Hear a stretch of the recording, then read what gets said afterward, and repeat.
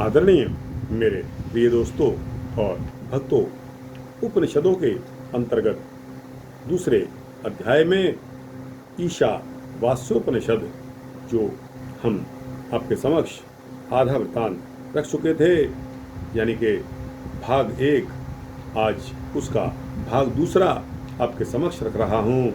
दोस्तों, उम्मीद करता हूँ कि यह वृत्तांत भी आपको पसंद आएगा।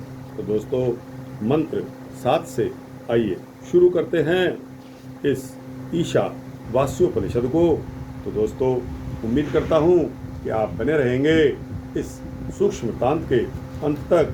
ज़्यादा से ज़्यादा यह वृत्तांत 7, 8, 10 मिनट का होने वाला है। तो दोस्तों, अपने बहुमूल्य समय से इतना समय निकालकर आप जानिए कि उपनिषद क्या बताते हैं। तो दोस्तों, आइए बिना समय गवाए इस वृत्तांत को शुरू करते हैं। यस्मिन् सर्वाणि भूतान्यात्मैवाभूद्विजानतः तत्र को मोहः कः शोक एकत्वमनुपश्यतः।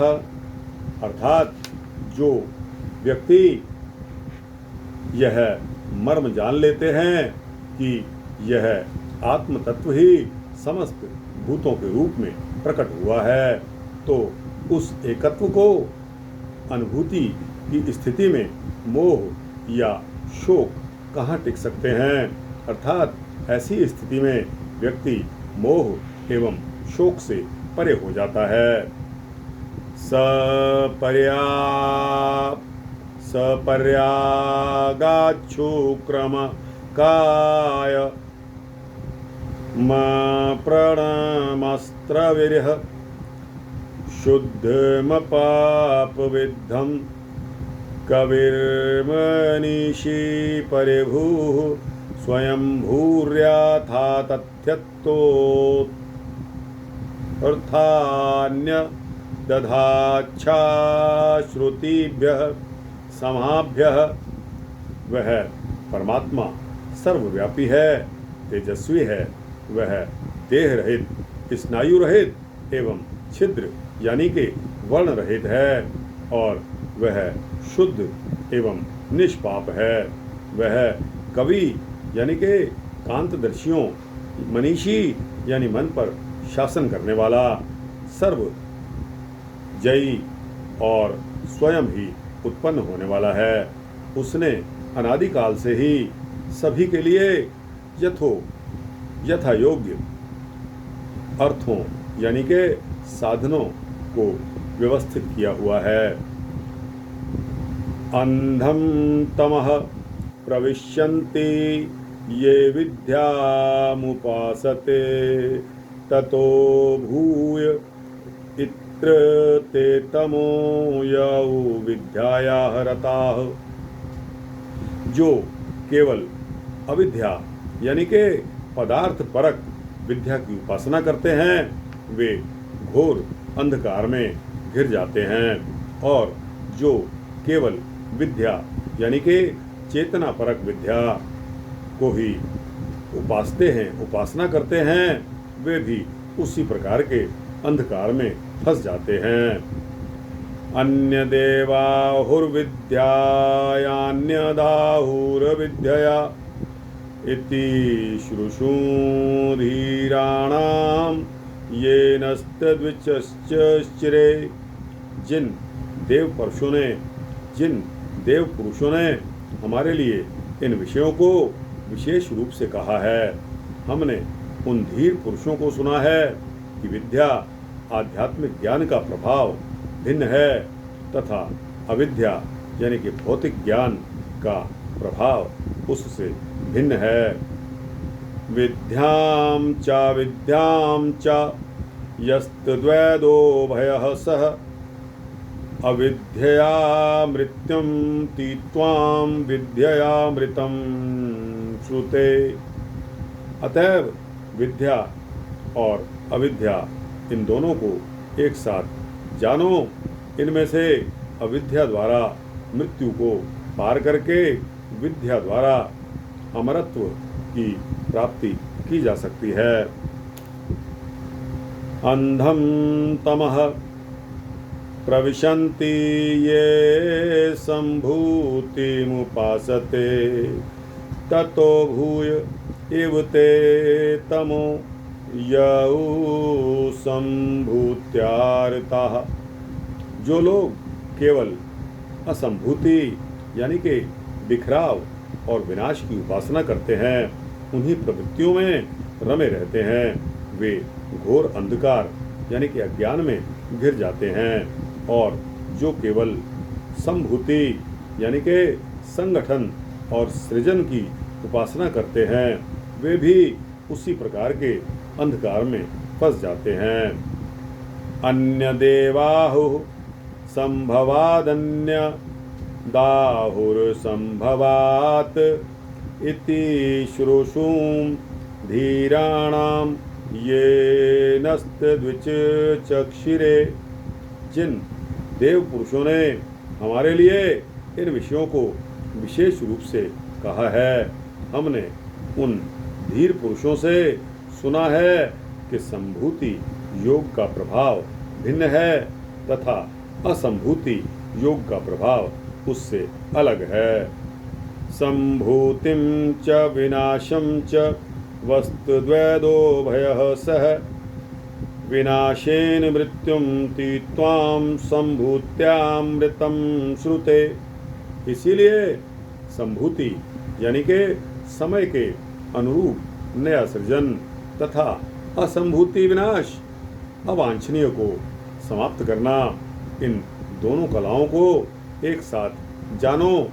विनाश की कला से मृत्यु को पार करके, अनिष्टकारी को नष्ट करके मृत्यु भय से मुक्ति पाकर तथा संभूति यानी के उपयुक्त निर्माण की कला से अमृतत्व की प्राप्ति की जाती है। हिरण्मयेन पात्रेण सत्यस्यापि हितं मुखं तत्त्वं पूषण्य प्रावृणु सत्यधर्माय दृष्टये। सोने के चमकदार लुभावने पात्र से सत्य यानी के आदित्य मंडलस्य ब्रह्म का मुख ढका हुआ है। हे पूषण, मुझ सत्यान्वेषण करने वाले के लिए आत्मावलोकन के इच्छुक के लिए उस आवरण को अपावृत करें, उस आवरण को हटा दें। पूषण्ये कर्षे यम सूर्य प्रजापत्य व्यूह रश्मीन समूह तेजो यत्ते रूपम कल्पाणतमं तत्ते पश्यामि योः सावसो पुरुषः सोहमस्मि।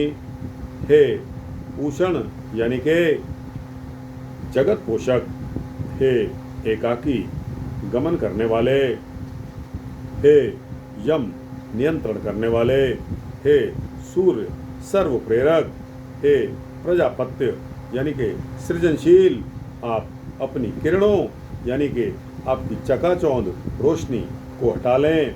आपका जो अतिशय कल्याणकारी स्वरूप है उसे मैं देख रहा हूँ, उसका ध्यान कर रहा हूँ। यह जो पुरुष आदित्य मंडलस्थ ब्रह्म है वही मैं हूँ। वायुर्निलमामृतमथेदं भस्मान्तः शरीरम ओम क्रतो स्मरकृतः स्मरकृतो स्मरकृतः स्मर। यह जीवन, अस्तित्व, वायु, अग्नि आदि पंचभूतक तथा अमृत सनातन आत्मचेतना के संयोग से बना है। शरीर तो अत्यंत भस्म हो जाने वाला है, इसलिए हे संकल्पकर्ता, तुम परमात्मा का स्मरण करो, अपनी सामर्थ्य का स्मरण करो और जो कर्म कर चुके हो उसका पुनः पुनः स्मरण करो। अग्रे नये सुपथाराये अस्मान् विश्वानि देव वायुनानि विद्वान् युयोध्यस्म जुहुराणमेनो भूयिष्ठां ते नम उक्तिम विधेम। हे अग्रे यानी के हे यज्ञ प्रभु, आप हमें श्रेष्ठ मार्ग से ऐश्वर्य की ओर ले चलें। हे विश्व के अधिष्ठाता देव, आप कर्म मार्गों के श्रेष्ठ ज्ञाता हैं। हमें कुटिल पाप कर्मों से बचाएं। हम पुनः पुनः भूयिष्ठ नमन करते हुए आपसे विनय करते हैं। शांति पाठ। ओम पूर्णमदः पूर्णमिदम् इति शांति इति ईशावास्योपनिषत् समाप्तम्। दोस्तों, यहाँ अध्याय दूसरा ईशा वात्सोपनिषद यहाँ समाप्त होता है। दोस्तों, इसके जितने मंत्र हैं ईशावास्योपनिषद के, मैंने आपके समक्ष पढ़कर उनका भावार्थ कर दिया है।